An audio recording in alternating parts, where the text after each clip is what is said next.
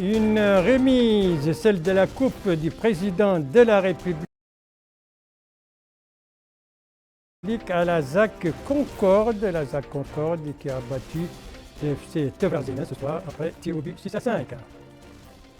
Un report, celui du débat de la Commission Justice Intérieure et Défense sur le projet de loi relatif aux armes légères et de petits calibres. Décision prise à l'issue d'une réunion aujourd'hui de cette commission. Et puis une évolution, celle de la pandémie de la Covid-19, un pic de décès 8 alors que la sensibilisation se poursuit à travers le pays. Voilà donc pour les principaux titres de votre journal, mesdames, mesdemoiselles, messieurs, bonsoir et bienvenue à votre 22h de ce samedi 24 juillet 2021. Alors, la ZAC Concorde, c'est elle qui a remporté la coupe du président de la République, M. Mohamed Ould Cheikh El Ghazouani. La finale l'a opposé à FC Tevraz-Zena. Et c'est une finale dont le coup d'envoi a été donné par le président de la République en personne. Une finale qui s'est jouée tout à l'heure au stade olympique de Nouakchott. Une finale, bien entendu, qui s'est également jouée à huis clos. La Covid-19 oblige. Et en tout cas, c'était une affiche alléchante. Bokar Baïleba. Grosse affiche ce soir au stade olympique de Nouakchott. La finale de Coupe du président de la République entre le FC Tevraz-Zena et la ZAC Concorde. Une finale de haute facture entre deux des grands clubs de Nouakchott. Et les promesses ont été tenues. Pendant 90 minutes, les deux équipes ont rivalisé d'ardeur. Les Galactiques de Nouakchott et les Concordiens ont sorti le meilleur d'eux-mêmes, mais les attaquants des deux côtés ont buté sur des gardiens très entreprenants. 0 but partout, c'est le résultat au temps réglementaire et place aux prolongations pendant 30 minutes. Là aussi, le FC Tevraz-Zena et la ZAC Concorde n'ont pas pu se départager. Et il a fallu recourir à la fatidique séance de tir au but. Après le tir raté du FC Tevraz-Zena, la ZAC Concorde ne pouvait pas passer à côté de la plaque. Et la lumière fut. Et les venu d'Oumar Marek, le jeune attaquant numéro 9 de la ZAC Concorde, qui a eu la lourde responsabilité de tirer en dernier lieu. Sans trembler, il envoie la ZAC Concorde au firmament. Ainsi, la ZAC Concorde remporte la coupe du président de la République dans l'allégresse. Cette année, c'est la bonne. À défaut du titre de champion, la ZAC Concorde gagne un trophée prestigieux qui vient s'ajouter à son riche palmarès. Après le match et la fête, place au cérémonial de remise des trophées et médailles. Champion en titre cette année, le FC Nouadhibou a reçu son trophée des mains du président de la Fédération de football de Mauritanie, Ahmed Yahya. Les arbitres de la finale n'étaient pas en reste. Ils ont été récompensés et c'est le ministre de la Culture, de la Jeunesse et des Sports, porte-parole du gouvernement, Mokhtar Ould Dahi, qui a remis la médaille. Les joueurs du FC Tevraz-Zena ont été également récompensés. Des médailles remises des mains du Premier ministre, M. Mohamed Ould Bilal. De même que les vainqueurs de la finale, en l'occurrence les joueurs de la ZAC Concorde. Et le moment tant attendu, c'était la remise du trophée au capitaine de la ZAC Concorde, un trophée remis par le président de la République, M. Mohamed Ould Cheikh El Ghazouani. Tout cela dans une grande ambiance et la fête pour la ZAC Concorde qui remporte ainsi un trophée très prestigieux. Et ça, c'était donc ce soir au stade olympique de Nouakchott sous la supervision du président de la République. Félicitations donc à la ZAC Concorde qui vient de remporter la coupe du président de la République. Une finale qu'il a opposée donc au FC Tevraz-Zena. Voilà donc pour la page sportive. Venons-en maintenant à l'actualité parlementaire. On doit voir les images donc pour cette actualité. Ça, c'est la réunion de la Commission de la Justice, de l'Intérieur et de la Défense de l'Assemblée nationale. C'était aujourd'hui l'objectif de cette réunion. C'était de discuter donc le projet de loi relatif aux armes légères et des petits calibres, projet présenté devant la Commission par le ministre de l'Intérieur et de la décentralisation. Et enfin, la Commission a décidé d'ajourner les débats sur ce projet de loi pour avoir plus d'informations sur le contenu de ce projet.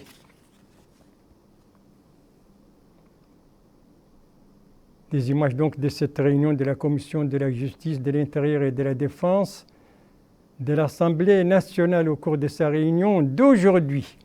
Venons-en maintenant à la page médicale de ce journal qui s'étaye encore ce soir à la part du lion de ce journal avec l'évolution de la pandémie de la Covid-19, une évolution avec des pics en ce qui concerne les décès, mais aussi les cas nouveaux, mais aussi également avec les mesures préventives et la sensibilisation qui se poursuit à travers le pays. Alors, que nous réserve ce soir le bulletin quotidien du ministère de la Santé sur l'évolution de la pandémie?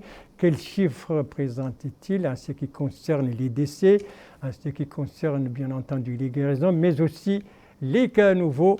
La réponse avec le directeur général de la santé publique par intérim. 177 nouveaux cas Covid-19 enregistrés, dont 4 contacts et 173 cas communautaires. 88 guérisons ont été enregistrées durant les dernières 24 heures et 8 décès. Le cumul de cas positifs enregistrés depuis le début de la pandémie est de 23 555.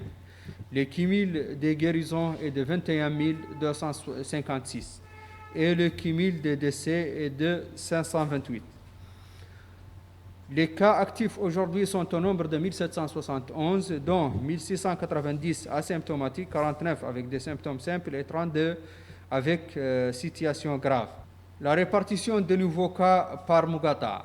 Un nouveau cas a été enregistré durant les dernières 24 heures à Ayoun, 4 à Barkewal, 2 à Gerou, 2 à Kaidi, 5 à Mongel, 2 à Eleg, 1 à Bababé, 4 à Bogué, 1 à Boutilimit, 3 à Kermessin, 6 à Medredra, 2 à Arkiz, 1 à Rosso, 1 à Oujeft, 3 à Adar, 5 à Chami, 44 à Nouadhibou, 4 à Mijriya, 3 à Seribabi, 1 à Avderk, 7 à Zouarat, 3 à Gjojet, 3 à Oksar, 19 à Tevrak Zeyna, 1 à Dar Naïm, 22 à Tayart, 15 à Toujounine, 7 nouveaux cas à Arafat, 3 à Almina et 2 à Riyad.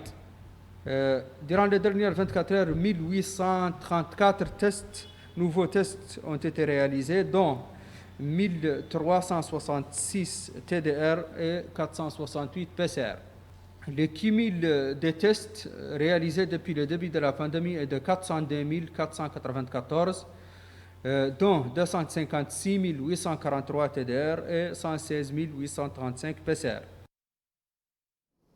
Et ça, c'était le docteur Mohamed Mahmoud Ali Mahmoud, le directeur général de la santé publique par intérim. C'était lors du point de presse quotidien du ministère de la Santé ce soir sur l'évolution de la pandémie, une évolution qui se caractérise, vous l'avez vu, par 177 nouveaux cas et 8 décès. C'est un pic depuis le début de la pandémie, pic en ce qui concerne les décès. Et donc, c'est la troisième phase de ce virus qui frappe de plein fouet. D'où l'importance de la sensibilisation entreprise actuellement à travers les pays, sensibilisation autour des mesures préventives, mais aussi autour de la vaccination, sensibilisation avec cette campagne qui était organisée par l'université, par plutôt l'autorité des transports. Une sensibilisation, une campagne de 2 jours qui s'est achevée, de plusieurs jours plutôt, qui s'est achevée aujourd'hui. Compte rendu Yedali Fall. C'est ici, au niveau de cette intersection, que se termine la campagne de sensibilisation sur le danger de la deuxième vague de la pandémie de Covid-19 au niveau des 3 wilayas de Nouakchott lancée par l'autorité de régulation des transports routiers. Cette campagne s'inscrit dans le cadre des efforts nationaux pour faire face aux répercussions de la troisième vague de cette pandémie. Mohamed Lamine El-Haibala, conseiller du président de l'autorité de régulation des transports. Depuis 5 jours, nous sommes à cheval sur une campagne sans relâche. Nous avons touché tous les artères de Nouakchott, tous les coins. Surtout, on a mis l'accent sur là où il y a le transport. Là où il y a le marché, là où il y a une concentration de la population. Nous avons distribué beaucoup de produits. Nous avons donné beaucoup de masques et nous avons touché presque, on dit qu'on a touché presque tout le monde. Des dizaines d'équipes et de voitures portant de haut-parleurs participent à cette campagne de sensibilisation qui a parcouru les différentes zones et lieux ciblés et procédé à la distribution d'importantes quantités d'autocollants, de masques et de produits d'hygiène au public dans le cadre de cette campagne. Cette campagne, qui se déroule sous la supervision d'un certain nombre de fonctionnaires centraux de l'autorité de régulation du transport routier, a permis d'atteindre les objectifs qui lui sont assignés, de manière à atténuer les impacts de la troisième vague de la pandémie Covid-19 sur les citoyens. La campagne de sensibilisation menée donc par l'autorité des transports, eh bien, tout comme cette autorité, l'université El Asriya de Nouakchott aussi vient d'organiser une campagne de sensibilisation, une campagne qui a été clôturée aujourd'hui et qui a mobilisé des dizaines d'étudiants et de professeurs. Qu'est-ce qui a marqué la dernière journée de cette campagne? Élément de réponse avec El-Hajj Abdallah. La dernière journée de la campagne de sensibilisation organisée par l'Université de Nouakchott a été marquée par un colloque de conscientisation sur les risques de la pandémie mortelle de la Covid-19. Clôturant les activités de la campagne de sensibilisation, M. Cheikh Saad Bou Kamara, président de l'Université moderne de Nouakchott, a adressé ses remerciements aux personnes qui ont contribué à la réussite des actions de la campagne. La campagne, indique-t-il, intervient dans une circonstance pandémique qui nécessite la conjugaison des efforts de sensibilisation de tous les acteurs afin de limiter les répercussions de la troisième vague du coronavirus. Des médecins et des universitaires participant au colloque ont insisté dans leurs interventions sur la nécessité de se rendre aux unités de vaccination au centre hospitalier. Ils ont également appelé au strict respect des mesures préventives recommandées par les services sanitaires compétents. Cette campagne universitaire de sensibilisation a connu l'ouverture d'une unité de vaccination pour accueillir les citoyens désireux de se faire vacciner contre le coronavirus. Voilà donc ces campagnes de sensibilisation aussi bien de l'université que de l'autorité, eh bien, l'une de leurs cibles, c'était bien entendu les marchés de Nouakchott. Ce sont des lieux très fréquentés, donc il y a des retenues d'attroupement et par excellence donc il y a qui favorise la contamination. Alors, comment se présente la situation dans ces marchés? Comment se comportent les citoyens qui se rendent dans ces marchés? Élément de réponse avec Bokar Baïleba.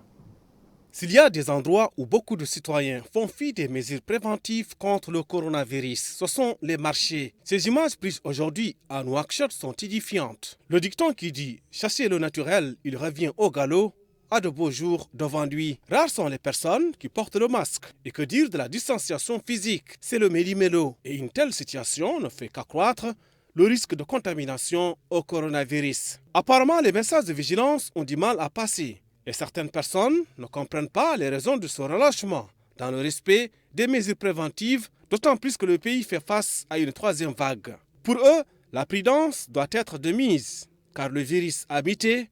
En d'autres termes, la sensibilisation doit s'intensifier pour venir à bout de la propagation du virus. En définitive, les mesures préventives ne doivent pas être reléguées aux oubliettes, même si les pouvoirs publics ont enclenché une opération de vaccination contre la Covid-19. Voilà donc pour ces mesures préventives très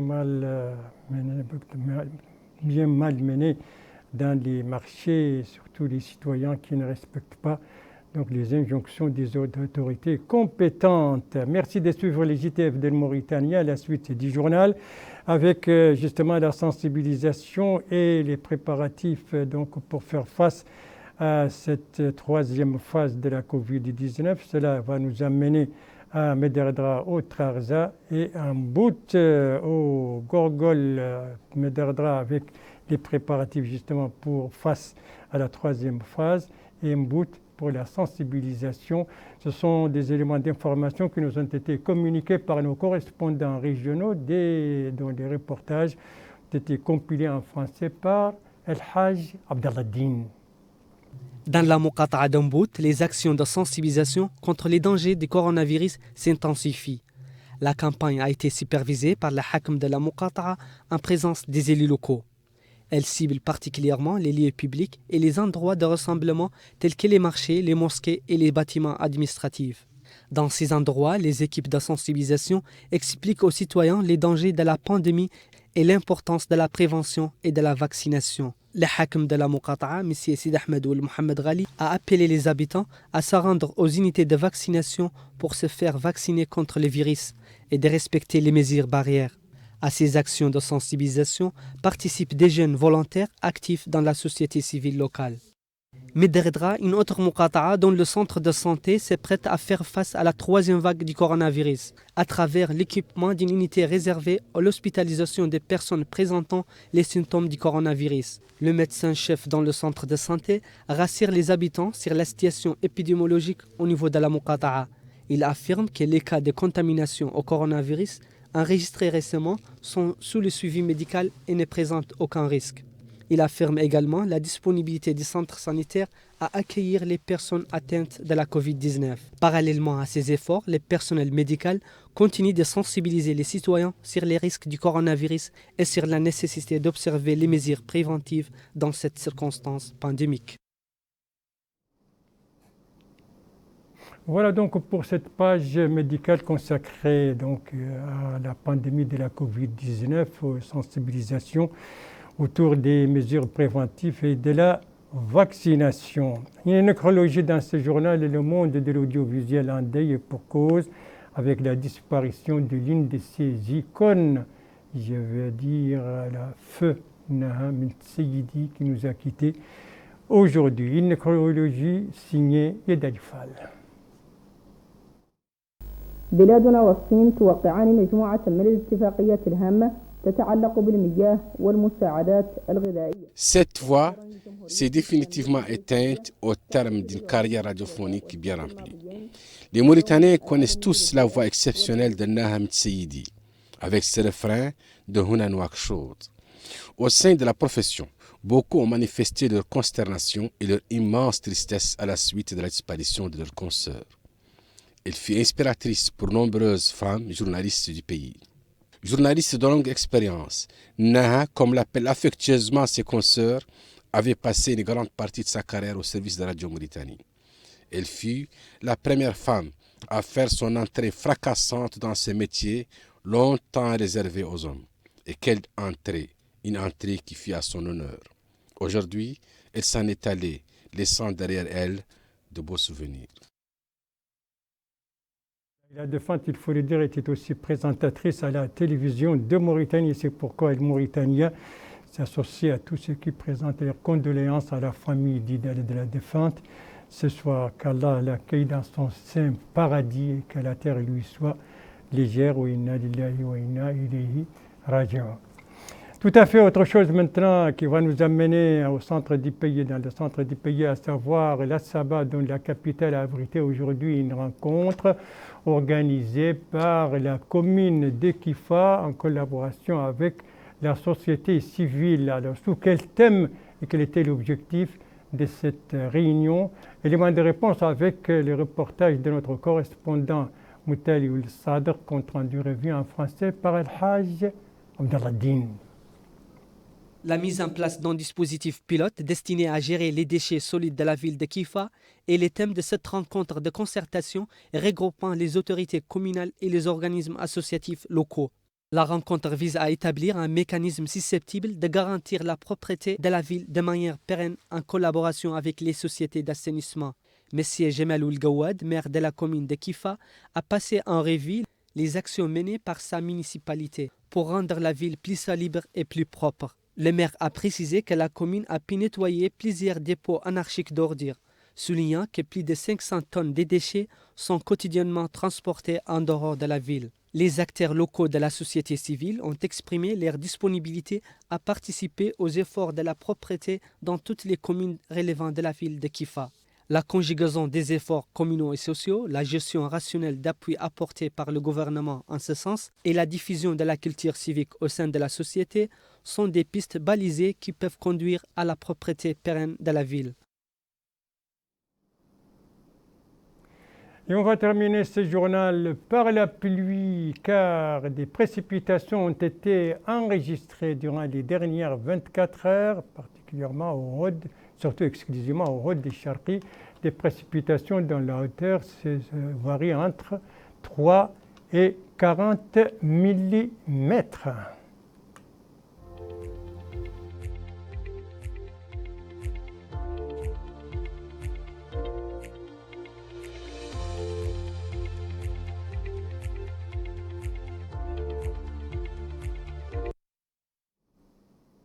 Voilà donc pour ces pluies enregistrées durant la nuit dernière dans la wilaya du Hod et Charqi. C'est sur ces pluies que s'achève ce journal. Merci à vous, madame, mademoiselles, messieurs, de l'avoir suivi.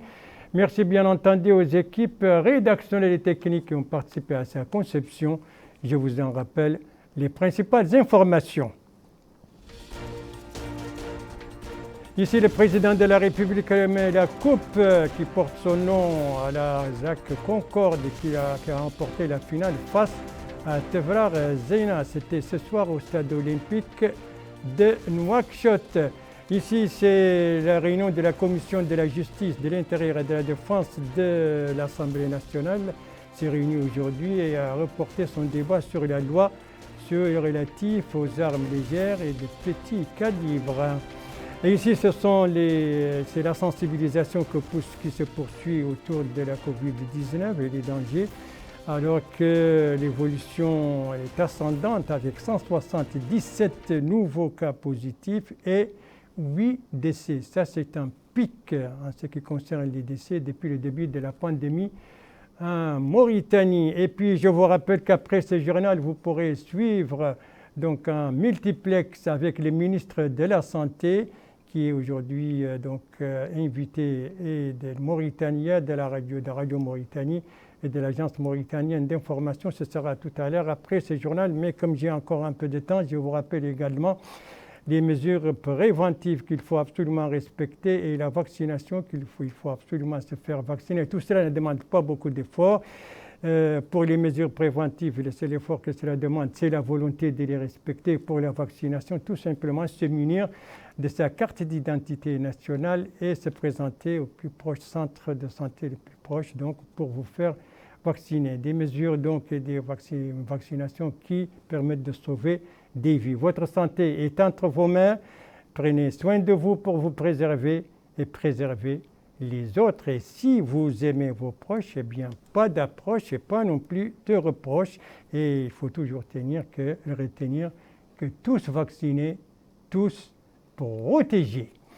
Sur ce, je vous signale que le JTF reviendra demain à la même heure, 22h. Vous serez en compagnie, suivant le planning de service, vous serez en compagnie d'Aminata Khan. Quant à moi, il ne me reste plus qu'à vous souhaiter une très très bonne fin de soirée, une très très bonne fin de semaine et à vous donner rendez-vous, Inch'Allah, vendredi prochain à la même heure, 22h. Bonsoir.